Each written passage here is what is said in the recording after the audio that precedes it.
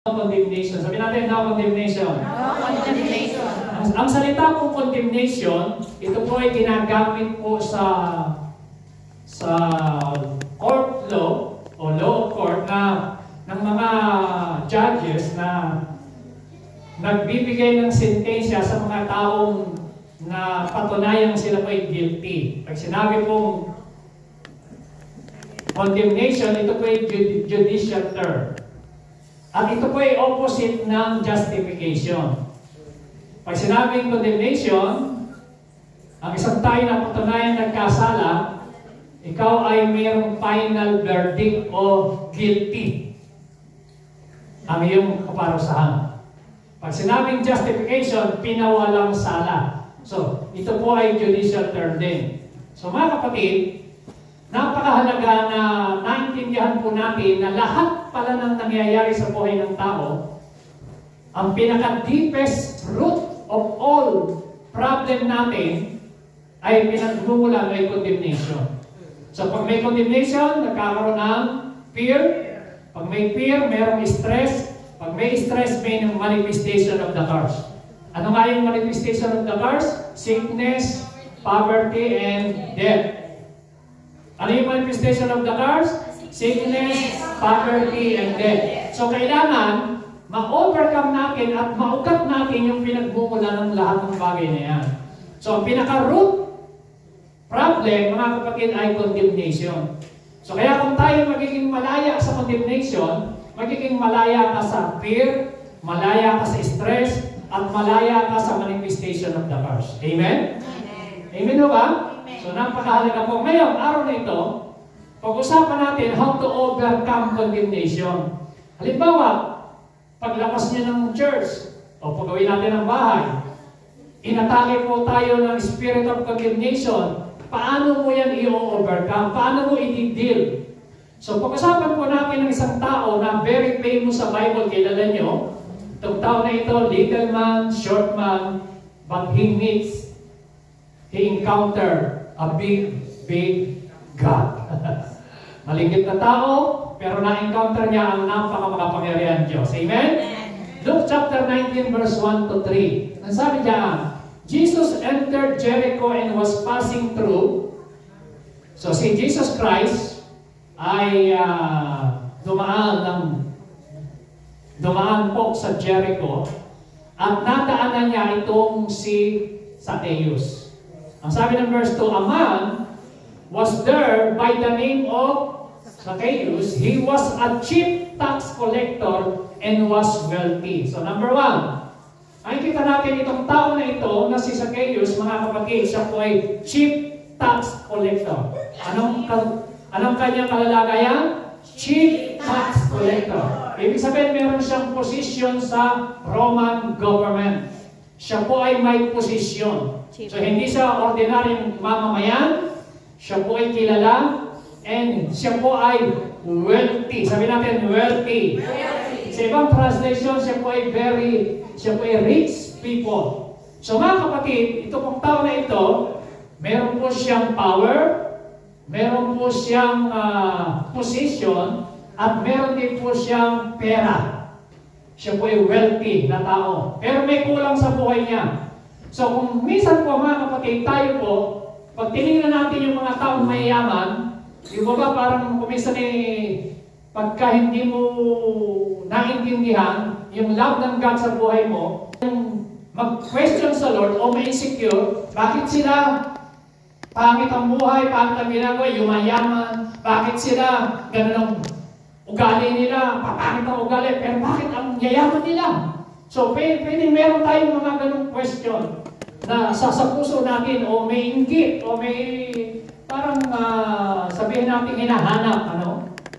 Ganyan po ang sitwasyon nitong si Zacchaeus. Siya po ay kilala bilang tax collector. Alam niyo po, pag ikaw ay tax collector sa Roman government, meron kang authority and power na mag-confiscate ng ari-arian.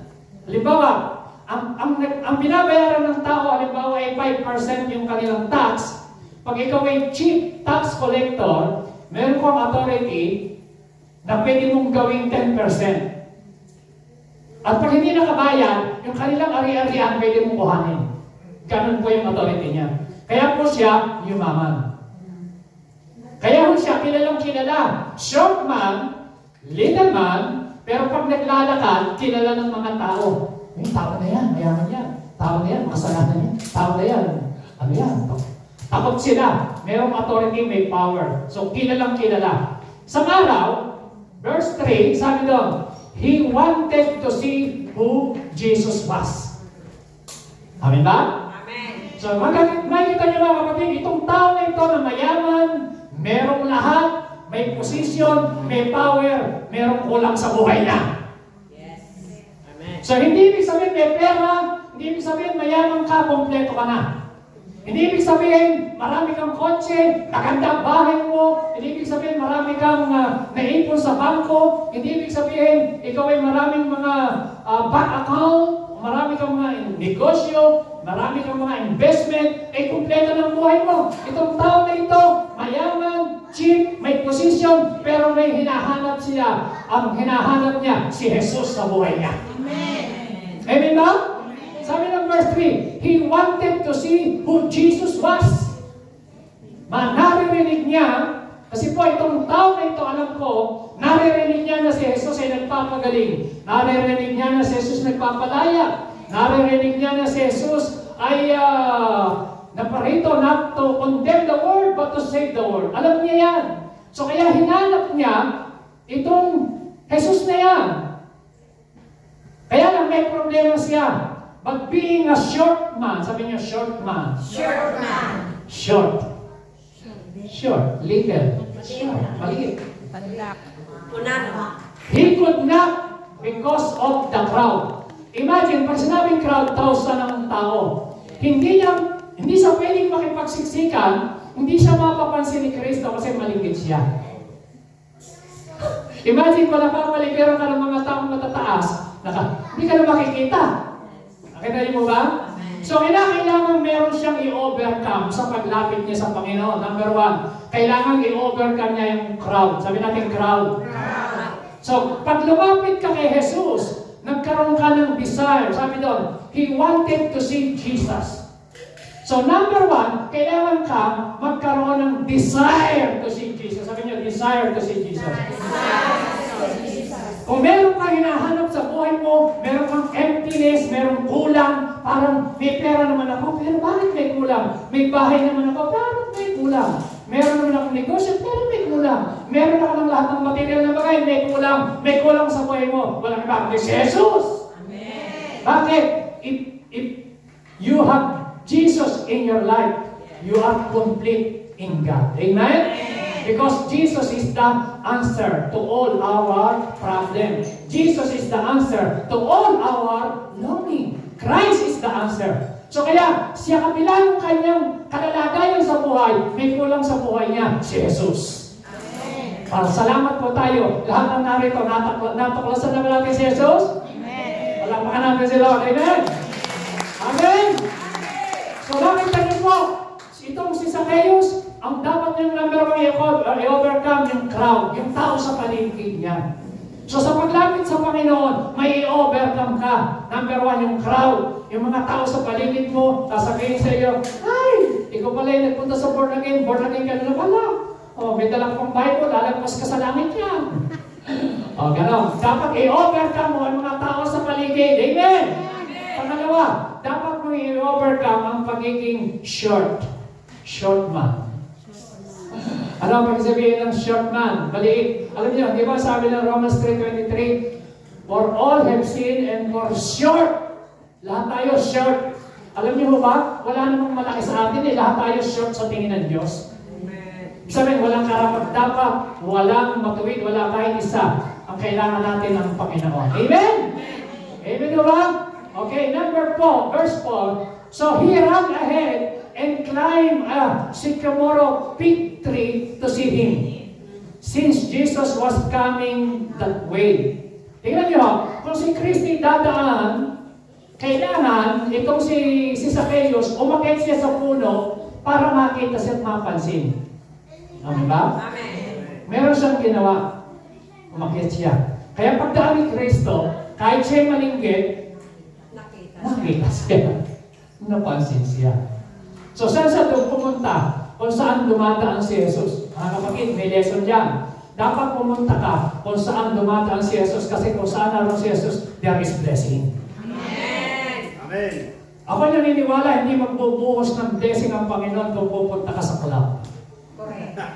Ako'y naniniwala, hindi magbubuhos ng blessing ang Panginoon kung nandun ko sa bingguba. Wala naman nagbibinggo dito, no? Wala na po. Pero ako'y naniniwala, kung ikaw ay nasa church, andyan si Jesus, andyan ang presensya ng Diyos, meron ibubuhos ang Panginoon ng pagpapala sa buhay mo, kagalingan, kapayapaan, kalakasan. Amen! Kung saan dumadaan si Jesus, dapat nandun ka. Tingnan niyo po, minsan, si Pedro at saka si Andres papasok ng templo, handon yung pulubi na namamalimos, eksakto! Kung saan dumadaan si Pedro at saka si Andres, doon siya nakatanggap. Ano sabi ni Pedro? Silver and gold have I none, but in the name of Jesus, rise up and walk! Tanggap niya ang miracle, ang healing. Bakit? Handon siya sa daanan ng mga blessing. Amen! Kung nasa loob ka sa church ngayon, bless ka. Nakita ang magpapala ng Diyos sa buhay mo. Amen! Sabi mo sa kasabi mo, mapalad ka dahil nandito ka ngayon. Sabi mo sa kanya, sabihin mo ang blessing ni Lord. Amen! Amen ba? Bakit? Kasi kung saan dumadaan si Jesus, saan ka dapat? Kung alam mo, ng Diyos ang kinakatak mo sa church, dapat nandiyan ka. Amen ba? Eh kasi dyan nagbubuhos ang Lord eh. Pag bumuhos ang presensya ng Diyos, kasama ka makakasap mo.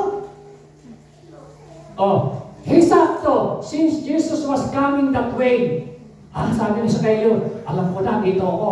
Dito ako po pwesto, magandang pwesto ko. Aakit ako sa puno. Para pagdaan ni Jesus, sakto, napapansin ako kahit ako'y malinggi. Alam niyo mga kapatid, kapag ka nasa tamang posisyon ka, hallelujah, makikita ka ni Jesus. Dapat meron ka sa tinatawag na right spot. Sabi niyo, right spot. Sabi ko, when Jesus reached the spot, when Jesus reached the spot, He looked up. Uy. Nakita niya. He looked up and said to him, ano sabi? Zacchaeus, come down immediately. I must stay at your house today. Anong ginawa niya? Immediately. Tanong, nagkita na ba sila ni Zacchaeus? Pero bakit kinawag ni Jesus na sa pangalan sa Zacchaeus? First time lang sila nag-encounter. Ang ibig sabihin, alam ng Diyos, kilala ng Diyos tayo. Amen. Amen. Alala niyo pong si Moises? Nang si Moises tinawag ni Lord sa parang gamitin ng Panginoon, sabi sa kanya, Moises, take off your sandals. Kilala ng Diyos ang kanyang pangalan. Si Zacchaeus, sabi, Zacchaeus, baba! Siguro nagulat sa Zacchaeus. Mga kapatid, anong lesson? Alam ng Diyos ang buhay mo. Amen. Kilala tayo ng Panginoon. Amen! Alam ng Diyos na si Zacchaeus may kulang sa buhay niya. Alam ng Diyos na may hinahanap siya. Kasi sabi nung verse 3 kanina, in verse 2, nasabi ron, he wanted to see Jesus. Alam ni Jesus yun. Na gusto niya, meron siyang desire na makita si Jesus. Amen.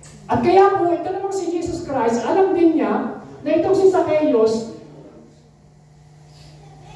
merong pagnanasa na ma-encounter si Kristo. So sabi niya, come down immediately. Kaya siya naman bumaba immediately. So alam niyo mga kapatid, kung gusto mong pag na-encounter mo ang Panginoon Jesus, dapat ma-encounter mo siya. Ang salvation po ay hindi mo na yan pinatatagal. Immediately, because you do not know what will happen tomorrow. Dapat immediately. Sabi niyo, immediately. So kaya immediately, baba agad si Zacchaeus. Takbo ka agad kay Kristo. Sabi ni Kristo, I must stay at your house today. Alam niyo nga kapatid, ano yung bahay na yun? Tayo sa buhay natin. Gusto ni Lord na mag-stay sa puso sa buhay natin. Palakpakan natin ang Panginoon. Amen? So He came down at once and welcomed him gladly. Number one, anong ginawa ginawa ni Zacchaeus? Number 1, he opened his heart. He welcomed him gladly. Hindi lang niya basta tinanggap si Jesus, tinanggap niya ng may kagalakan. Amen? Alam niyo, pag tinanggap mo si Jesus, may kagalakan. Sumunod siya sa sinabi ni Jesus, bumaba ka! At bumaba siya. Kara-karaka, ang bilis ng bumaba. At ano nangyari? Verse 7. Kayong bumasa. The people saw this and And began to matter, he has gone to be the guest of a sinner. Tignan niyo, nung si Kristo pumasok sa bahay ni Zacchaeus, sabi ng mga tao sa paligid, ito na. Ito na po ang mga condemn, mga nagko-condemn. Sabi ng mga tao sa paligid, all the people, itong problema. May mga tao sa paligid, sasabihin nila, tingnan niyo si Kristo, nakikikain sa makasalanan. Sa sinner. Ganyan po ang tao. Di po ba? Pagka ikaw ay pumunta sa church, sasabihin ng mga tao, makasalanan naman yan eh. Pangit naman ang buhay niya, pangit naman ang ugali niya, pangit naman ang ginagawa niya. Umarit pa, nagsisimba. O ganyan yung mga tao, tingnan niyo po ang tao kay Kristo, hindi nila tinitingnan si Kristo, pagpunta niya, nung ma-encounter ni Zacchaeus, ay pwedeng magbago ang buhay ni Zacchaeus. Pero ang nang tingin ng tao, he has gone to be the guest of sinners. Makasalanan. Ganyan po ang tao. Ang tingin niya sa tao, sinner. Kahit ikaw ay nag-church, Kristiyano ka na, nagbabasa ka ng Bible, lahat ang tingin natin, sinner. So, kaya lahat, nakahusga na. Ang tawag dyan, accusing spirit. So, salamat po. Naagap si Ate Eva ngayon na. Tatasan pa lang. Salamat po. Palapakan natin ang Panginoon. Hallelujah. So, makita niyo po, ang tao sa paligid, iko-condemn ka pag lumalapit ka sa Panginoon. Amen? Amen.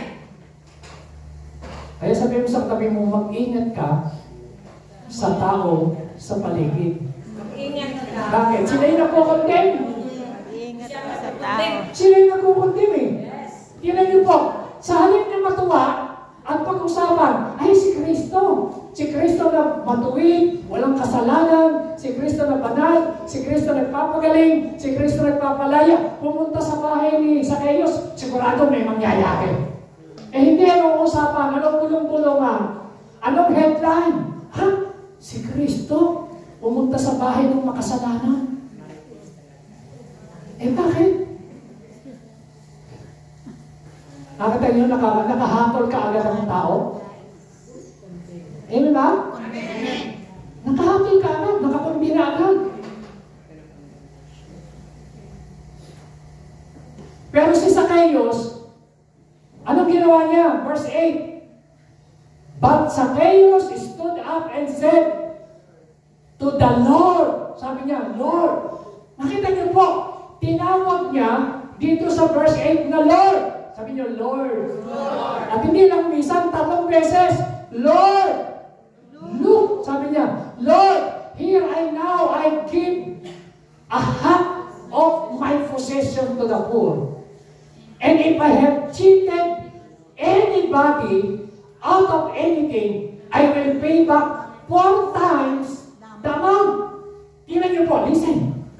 Kapag ang isang taong makasalanan, na-encounter niya si Jesus, una, mayroong confession, pangalawa, may change.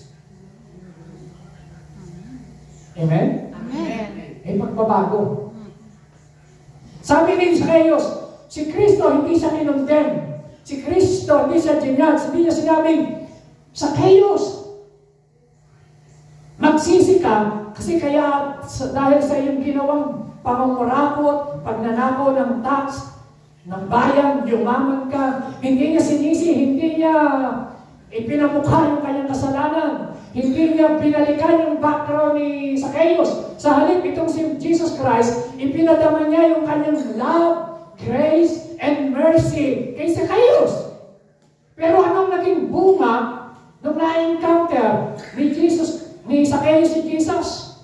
Anong sabi ng John chapter 1 verse 17? For the law was given through Moses, but grace and truth came through Jesus Christ. John chapter 1 verse 17.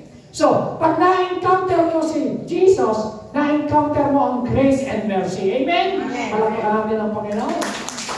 So, ang na-encounter ni Zacchaeus, si Jesus, grace and truth and mercy. Nahabag si Jesus Christ sa kanya kasi alam niya may pangkailangan siya. Alam niya na yung kanyang pera hindi kayang sapatan yung kanyang pangkailangan. So tandaan niyo mga kapatid, dito sa mundo natin sa world, kahit anong yaman mo, kapag wala ka sa Panginoon, may kulang sa buhay mo. Amen. Amen? Naniniwala po ba kayo? Na si Kristo lang ito po, pinag-usapan natin, ang yaman niya. Kaya kung sasabihin, magkapera lang ako, siguro masaya na ako. Magkaroon lang ako ng bahay, siguro sasaya na ako. Magkaroon lang ako ng ganitong trabaho, siguro sasaya na ako. Hindi! Sabihin sa iyo, hindi ka sasaya kung wala si Kristo sa buhay mo. Sasaya ka lang, makukumpleto ang buhay mo kapag si Jesus tinanggap mo sa buhay mo. Amen? Amen! Si Jesus ang kasapatan ng buhay ng tao. Si Jesus! Kamukha ni Zacchaeus. Amen po ba? So sabi niya, kung nakasingil man ako ng medaya, alam niya eh. Alam niya na naniningil siya ng medaya. Kaya nga siya yumaman. Pero sabi niya, I will pay back 4 times. So mayroong restitution. So nakita niyo mga kapatid, ang isang tao na tunay na na-encounter ang grace and truth, mayroong change, may pagbabago sa buhay. May transformation. Kaya yung mga tao na na-encounter lang nila siguro religion. Ang na-encounter lang nila denomination. Ang na-encounter lang nila founder of religion. Pero pag ang na-encounter may totohanan si Jesus, sabi ni Jesus Christ sa John chapter 14 verse 6, I am the way, the truth, and the life. No one comes to the Father except through Jesus Christ. So pag si Kristo ang na-encounter mo, mayroong pagbabago kamukha ni Zacchaeus. Amen? Palakpakan po natin ang Panginoon. Amen. Verse 9. Sabi-sabi natin masahin. Jesus said to him, today salvation has come to this house because this man too is a son of Abraham. Ibig sabihin ng son of Abraham, siya rin ay may karapatan na tagapagmana ng pagpapala ni Abraham. Si Zacchaeus. Amen? Verse 10, for the Son of Man came to seek and to save what was lost. Tandaan niyo po, si Kristo naparito para hanapin at iligtas ang nawawala. Lahat po tayo, kailangan natin ang Panginoon. Lahat ng tao, kailangan ng Diyos. Amen? Amen. Kaya lahat po ng mga tao sa ating bansang Pilipinas, ang kailangan, ang solusyon si Kristo. Amen. Amen? Amen. Pagka may Panginoon ang tao sa puso niya. So yun po ang kailangan. So mga kapatid, ang question ngayon, how to overcome condemnation? Number 1. Sabi ng John 3:17, for God did not send His Son into the world to condemn the world. So si Kristo na parito para hindi siya magkondena, to seek and to save what was lost. Di ba sabi ng verse chapter 19 kanina, sabi roon, verse 10, to seek and to save what was lost. Amen? Amen. Hanapin at iligtas ang nawala. So kaya na parito si Kristo para mag-save, hindi po para mag-condemn. Sabi dyan, tingnan nyo, samahin, pwede niyo ba akong samahan magbasa? Lakas natin, verse 17. For God did not send His Son into the world to condemn the world, but to save the world through Him, through Jesus Christ. So, si Kristo po ay nagpunta rito sa mundo, hindi para mag-condemn. Ano nga yung condemnation?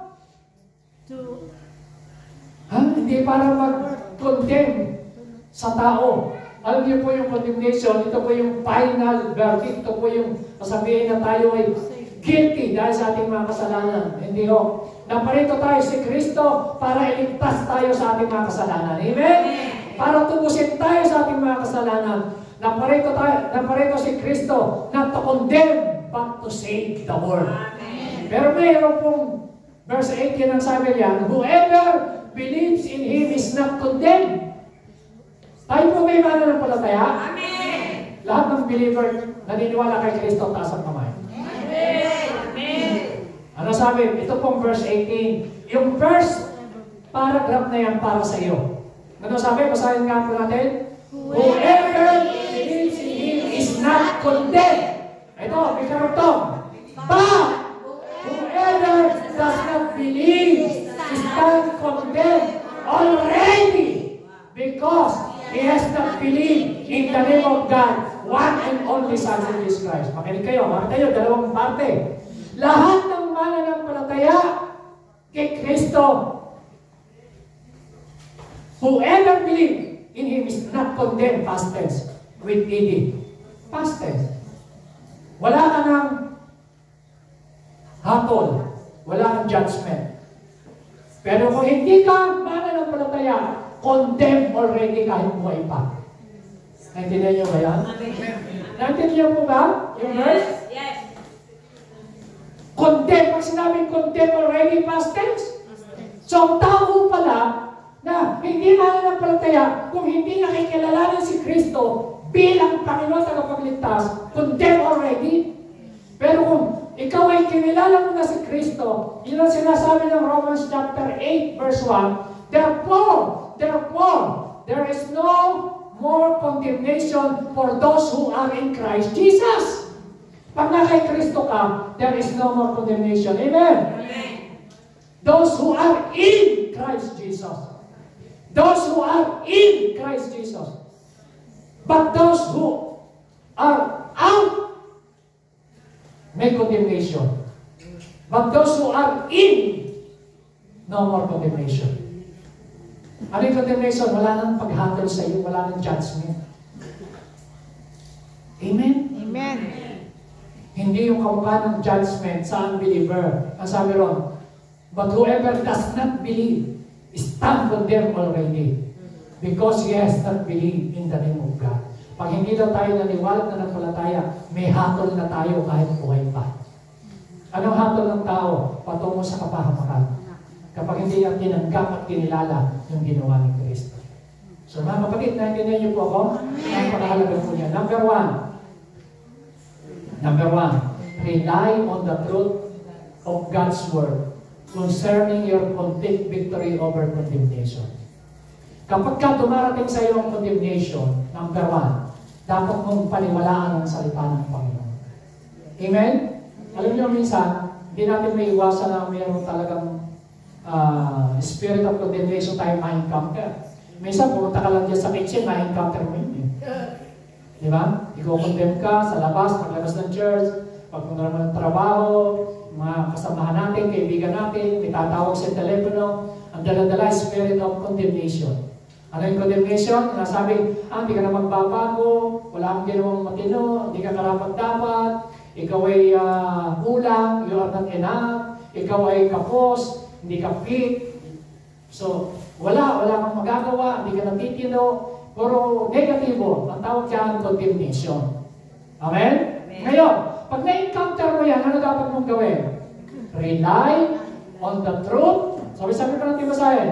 Rely on the truth of God's Word concerning your complete victory over. Ano po ba sinasabi ng salita ng Diyos? Tingnan niyo po, Romans 3:4. Of course, though everyone else in the world is a liar, God is not. Alam niyo, pwede ng mga tao magsinungaling pero ang Diyos hindi. Ano sabi niya? Do you remember what the book of Psalms says about this? That God's word will always prove true and right no matter who question them. So sinasabi ko ay ganito mga kapatid. Ang salita ng Diyos, tingin kayo sa akin ang sinasabi diyan sa verse na yan, that God's Word, sabi natin, God's Word will always prove true Always prove true. and right. No matter who question them.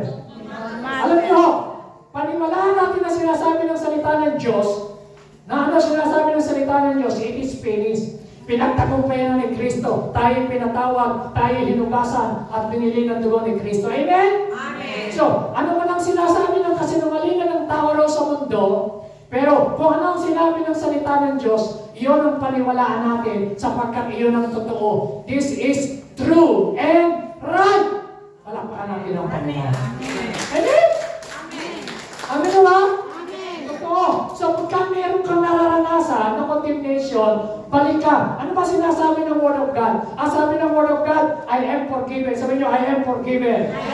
Sabi nyo, I am washed. I am cleansed. I am justified. In Jesus' name. So, pagka merong condemnation na dumarating sa iyo, alam niyo kasi po mga kapatid, dalawa yan eh. Dalawa po ang pinagagalingan kung sino yung pakikinggan mo. Yung tinig ng Diyos, yung tinig ng kaaway na nagkukondem sa atin. Tinig ng Diyos. Kasi ang tinig ng Espiritu, tinig ng Diyos, sasabihin, pinatawad na kita. Ikaw ay pinili ng dugo ni Kristo. Sabi ng kaaway, wala kang magagawa. You are not enough. Ikaw ay hindi ka na magbabago.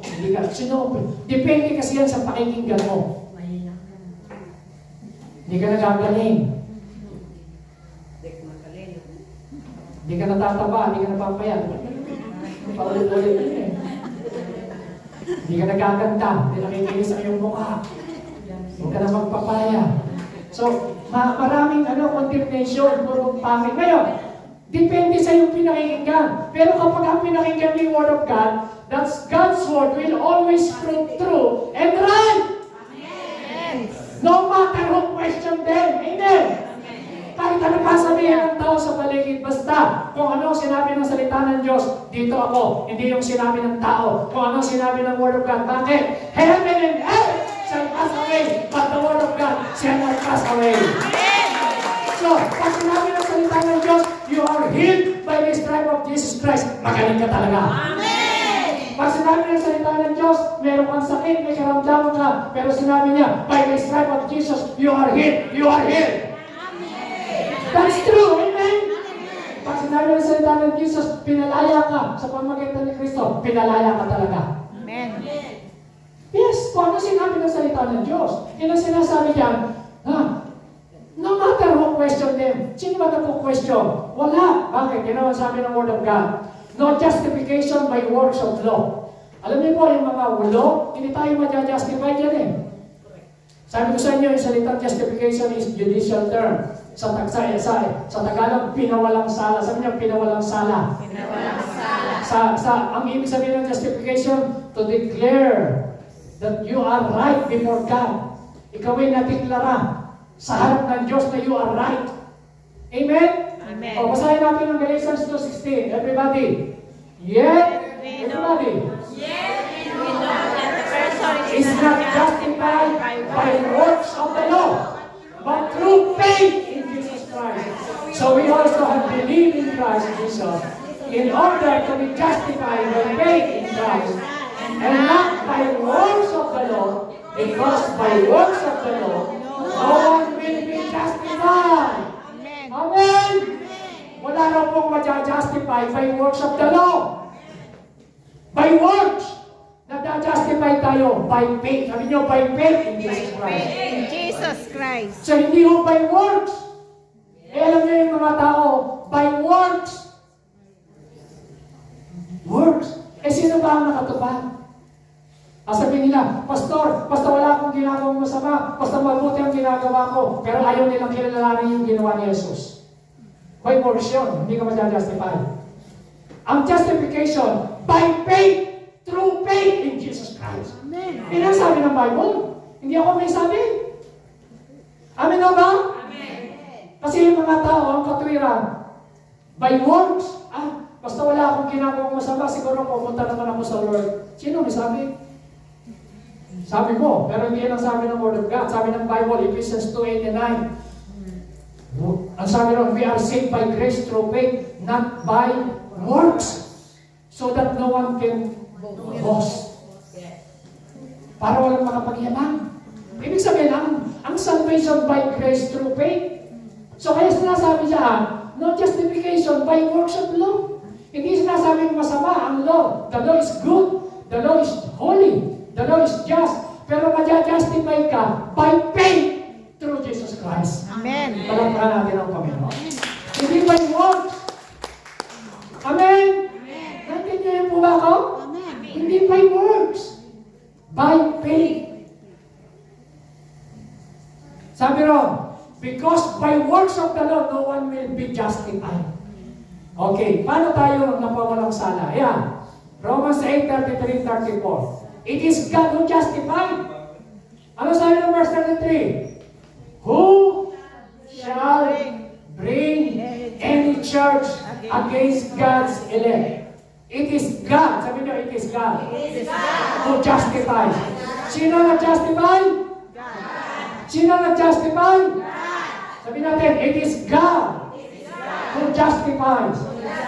So, sabi ng verse 34, who is to condemn? Sino magko-condemn sa iyo kung ginastify ka na ni Kristo?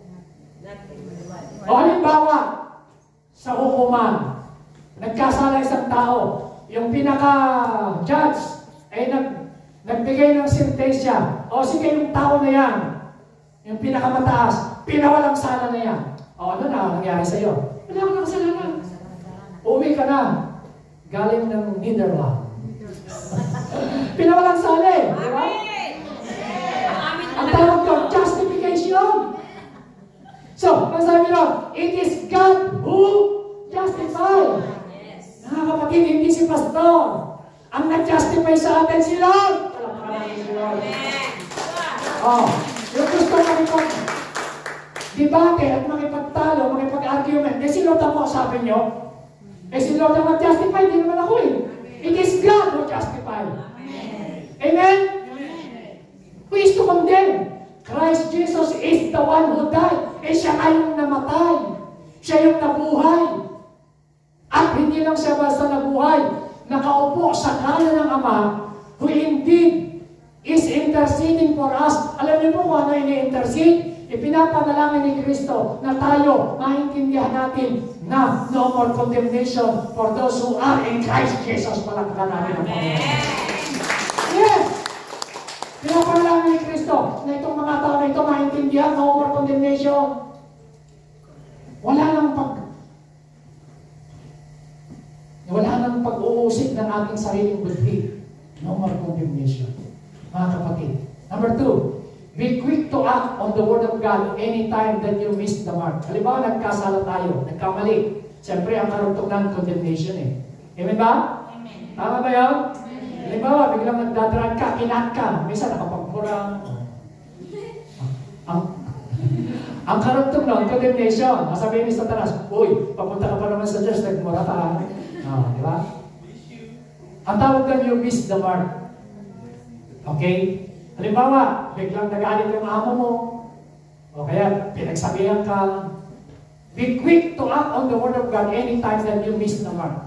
Pagka ikaw ay nagkamali, nagkasala, sabihin na natin tayo nagkasala, nagkamali ng kulang, ano gagawin mo?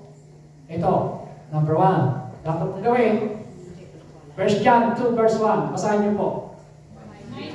Everybody, my dear children, sabi tayo, go, louder. My dear children, I am writing this to you so that you will not sin. But if anyone does sin, yeah.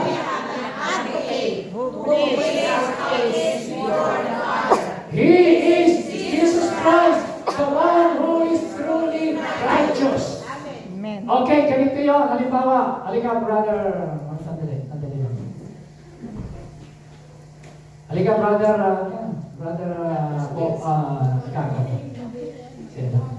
example lang. Para maintindihan yung verse na yan.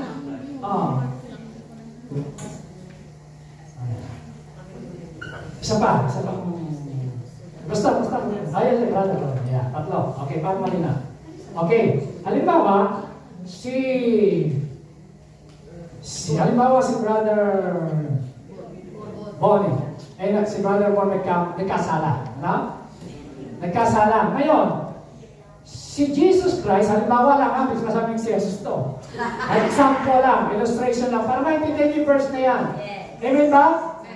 Si Jesus Christ, sabi ron, pag nagkasala ka, si Jesus Christ, meron siya po yung advocate. Sabi niyo, advocate. Advocate. Ibig sabihin siya yung tatay, yung attorney. Siya yung tatay, yung tigapamagitan sa Ama. Sabihin niya, sabi niya, if anyone does sin, nagkasala, no? Si Jesus Christ, sabi doon, we have an advocate who plead your case. Yung kaso mo, hindi crime against humanity kaso, no? Yung kaso mo, siya, ipiplead niya sa Ama. Sabi doon, we have an advocate, si Kristo, who plead our case to the Father. He is Jesus Christ, the one who is truly righteous. Nasabihin niya, si Kristo, 2,000 taon na, no, kaya na pa ako sa cross, pinatawad ko na kanyang kasalanan. Amen. 2,000 taon na, yung kanyang kasalanan, past, present, and future, no, okay namatay at muling nabuhay, binigyan ko na siya ng bagong buhay. Amen? So ito naman, pag hindi niya alam, iko-condemn niya sarili niya. Naku, nagkasala na naman ako. Nagkamali. Dapat, makita niya, meron siyang advocate, meron siyang pamagitan na, thank you Lord. Sasabihin niya, thank you Lord. Alam ko, nagkamali ako ngayon, but I will rise up again. Amen? Amen. Amen? Hindi mo dapat i-condemn na yung sarili mo na hindi na ako mag-church, hindi na ako magbabasa ng Bible kasi nagkamali ako. Nangako pa naman ako ng New Year na babasahin mo ang Bible, tatapusin ko. First chapter lang, nahinto na ako, hindi na ako magbabasa. Ganon, condemnation. Sabihin nito, hindi na ako mag-church kasi wala namang nagbabago sa buhay ko. So, condemnation, pag hindi niya naintindihan na meron palang advocate na lalapit sa Ama. Amen ba? Kaya nga, there is one mediator between God and man, the Lord Jesus Christ. Siya yung mediator. Naintindihan niyo mo ba ako? So kaya, hindi ko sinasabing tayo magkasala. Pero kung sakaling man you miss the mark, nagkamali talaga tayo, nagkasala tayo, nakagawa tayo ng pangit, ang dapat mong gawin, thank you Lord. Salamat po Panginoon dahil ako'y pinatawad mo. Ako'y hinugasan mo ng dugo ni Kristo. Hindi ko kukondenahin na aking sarili. Ako'y pinatawad mo na. Amen? Palakpakan natin ang Panginoon. Thank you, thank you. Salamat po. Naintindihan niyo po? Naintindihan niyo po yung verse na yan? But if anyone does sin, we have an advocate. Meron kang high priest. Alam niyo po, ang advocate natin, walang iba kundi ang Panginoon sa Kristo.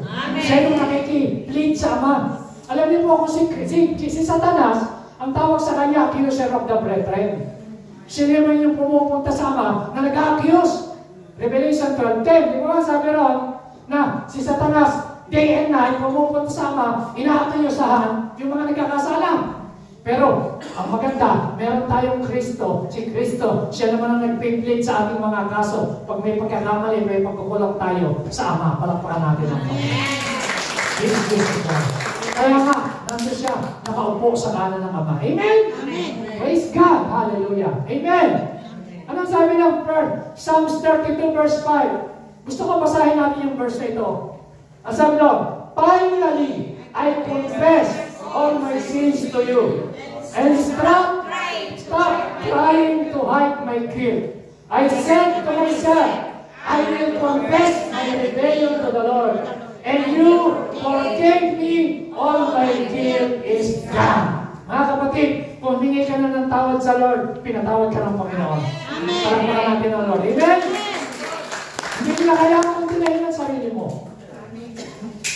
Nagsisi tayo, humingi tayo ng tawad sa Lord, pinatawad tayo ng Lord. Ang sabi, and you forgave me, sabi niya, and all my guilt is gone. Dapat wala na yung guilt feeling. Amen? Amen. Amen? Amen. Amen! Lord, hallelujah. Ano sabi ni Lord? Tingnan niyo po.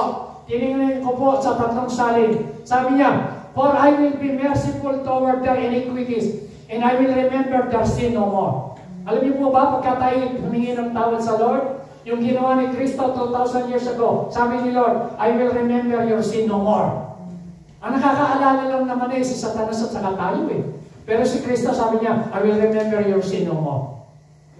Basahin niya, nasa Bible. Hebrews chapter 8 verse 12, sabi lang, I will forget their sins. Alam niyo yung ating mga kasalanan, kinakalimutan ng Panginoon yan Ang hindi makakalimot, tao. Tayo sa sarili, tayo nagkukondem. Ang hindi makakalimot, yung mga tao sa paligid natin. Pero si Kristo, pag humingi ka ng tawad, nagpakumbaba ka, sabi ni Lord, I will forget your sin. Kinakalimutan ko na. I will forgive you. Yan. Palapakan natin si Lord. Amen? Amen ba? Sa ibang translation sabi ron, with the slate of their sins, forever wiped clean. Alam niyo pa ito, makinig kayo. Sa Old Testament, kapag nagkasala ang Israelita, kailangan magpatay sila ng baka, ng hayop, para kuhanin yung dugo, para mapatawad ang tao sa kasalanan. Malinis. Pero alam niyo sa New Testament, hindi lang tayo pinatawad ni Kristo, kundi tinanggal pa yung kasalanan. Hallelujah! Naintindihan niyo ba yung sinabi ko? Magkaiba yun. Ha? Sa Old Testament, pansamantala lang. Kaya kailangan silang maghandog ng hayop paulit-ulit sa Old Testament. Pero sa New Testament, Jesus is the Lamb of God na nag-alis sa atin ng guilt feeling. Kaya tingnan niyo sabi ng Bible. Kaya basahin niyo, nasa Biblia. Yes, all have sinned and fall short of God's glorious idea. 24, ilakas niyo. Yet, now, God declares us not guilty Of offending Him. if we trust in Jesus Christ. Really takes away our sins. Hindi ka lang pinatawad, yung kasalanan mo, tinanggal ka. Amen. Sabi ni Lord, itinitipler kita, you are not guilty. Sabi mo sa katabi mo, you are not guilty. Guilty. Sino naniniwala sa araw na ito na you are not guilty? Lahat ng guilty, taas ang kamay. Wala. Ano mo ba rin ang guilty? Ang sabi ni Lord, God declares us not guilty. Amen. Mga chasa dalangin mo, you are guilty? No. O not guilty? Anong verdict? Ano ang hatol ng Panginoon? Guilty o not guilty? Kaya lagay natin yan, dala-dala natin, meron tayong ganyang karatula, not guilty. Not guilty. Amen! Sabi niyo, I'm not guilty. Sino may sabi? Si Kristo! Ang sabi niya, basahin natin verse 24, everybody. Louder, please. Now, God declares us not guilty Of offending Him, if we trust in Jesus Christ, who is His kindness, freely takes away our sins. Amen. Palakpakan natin si Lord. Hallelujah sa Panginoon ni Lord. Pero si Satanas, pag nagkamali ka, ididiin ka pa. Sabihin niya, tingnan mo, ganyan ka talaga. Huwag ka na mag-charge, huwag ka na, wala namang pagbabago sa buhay mo. Mag-guilty ka na lang. Ikaw naman, pag hindi mo alam na ikaw ay pinatawad na ng Panginoon, hindi mo alam yung verse na yan, talagang maging guilty ka. Kamali na, talagang, ayaw ko na. Hindi na ako mag-charge ulit. Hindi na ako mag-pray, hindi na ako magbabas ng Bible. Ayaw ko na. Babalik na lang ako sa mga kaklase ko sa, Biyaya Zero. Balik na lang ako ron. Sa Satanas, lalo ka naman i-condemn. Hanggang sa bumaksa ka talaga. Hanggang sa, alam mo, pag ikaw ay na-condemn, alam mo na, ganyan na. Bagsak ka. Pero pag alam mo yung sinabi ng Word of God, sabi ng Word of God na may pinatawad, hinugasan ng dugo ni Kristo. Amen? Amen.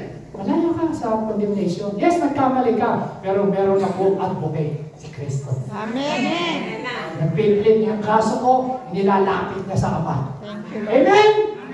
Nakita niyo na sa Bible, meron kang advocate, hindi ka pamagitan tayo si Kristo. So, hindi ko sinasabing kinukonsente tayo sa pagkakasala at binibigyan ng license to sin. Hindi po yun. Kasi the goodness of God, it leads to repentance. Kamukha ni Zacchaeus, kamukha ni Maria Magdalene. Dahil sa grace and mercy ng Panginoon, nakita mo, na-encounter niya, nagbago ang buhay nila. So mga kapatid, ano sabi ng Word of God? Si Kristo, the Lamb of God, who take away the sins of the world. Hindi lang po nag-forgive, take away the sins, tinanggal. O pag sinabing tinanggal, may natira ba? Hello? Maintindihan mo ba natin yung word na yan? Amen ba? Amen? Halimbawa si Ate Lisa, tumayo po kayo.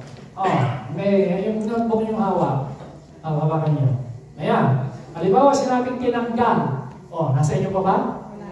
Nasa na? Kay Lord. Kay Lord na. Halimbawa, ito yung sakit niya.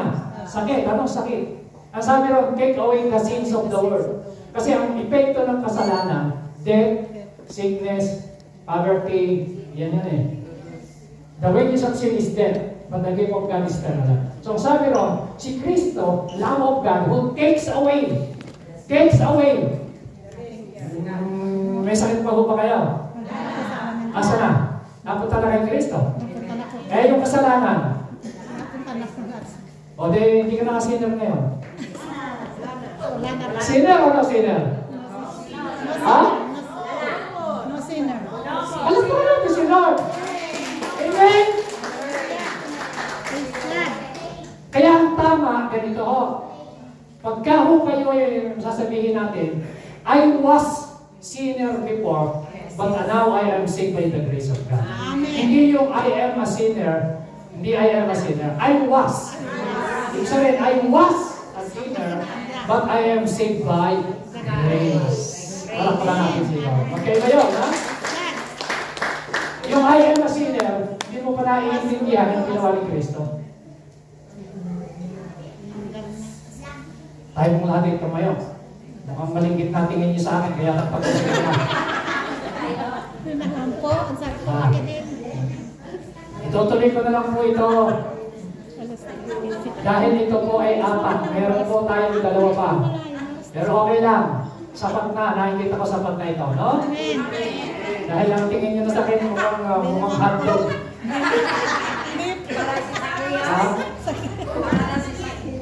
Ang sarap nga makinig. Okay. Na-bless mo ba kayo? Amen! Nagtindihan nyo ba? Yes!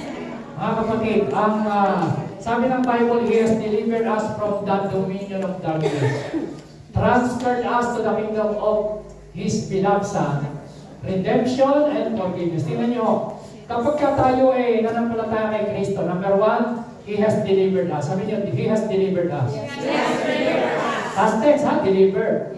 Pangalawa, transferred.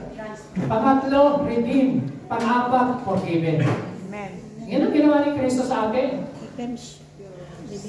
Dapat i-meditate natin yung mga verse na yan. I am delivered. Sabihin, pag dineliver, tinanggal ka na. Tinransfer ka na nilipat ka na sa kaharian ng Diyos. Pinatawad. Ang ibig sabihin ng redemption, to buy back. Pinili tayo ng dugo ni Kristo. Redeemed ng dugo ni Kristo. At tayo po ay pinatawad, mga kapatid. So, your sins are forgiven. Sabi natin, I am forgiven. I am forgiven. So, sa ating pong pag-closing prayer, bago po tayo mag-close, mga kapatid, ano pong lesson na makita natin? How to overcome condemnation. Lagi natin isipin, pagka nagkamali tayo, nagkasala po tayo. Tandaan po natin, meron tayong advocate, si Kristo.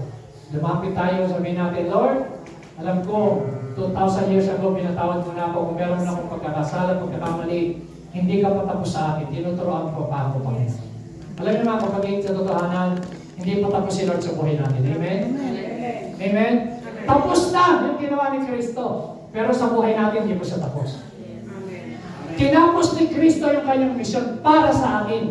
Pero sa buhay natin, meron po siyang ginagawa. Pinabago ng Diyos ang ating spirit, kaluluwa, mind, will, and emotion. Yung ating mga spirito, perfect yan eh. Perfect. Pero yung ating mind, will, and emotion, binabago po tayo ng Panginoon from glory to glory. Kaya po may church, Kaya dapat tayo manatilit magpatuloy sa salita ng Panginoon. Amen. Amen? Amen. Sinabi ni Kristo na is finished. Yes, tapos na yung kanyang mission. Tapos na yung kanyang ginawa. Pero sa buhay natin, sabi ng Word of God, He who began a good work in you will be conditioned until the day of Jesus Christ. Until He comes again. Hanggang sa siya bumalik ko kumpletuhin niya. So mga kapatid, may binabago pa ang Diyos sa buhay namin. Kaya pag sinabi, meron bang ganyang born again? Meron bang ganyang ugali? Sabihin mo lang, hindi pa tapos ang Diyos sa buhay ko. Amen. Amen? Amen. Amen? May ginagawa pa ang Diyos sa buhay namin. Amen. Hallelujah. Sige po, hallelujah. Tayo po yung manalangin. Thank you, Jesus. We bless you, Lord.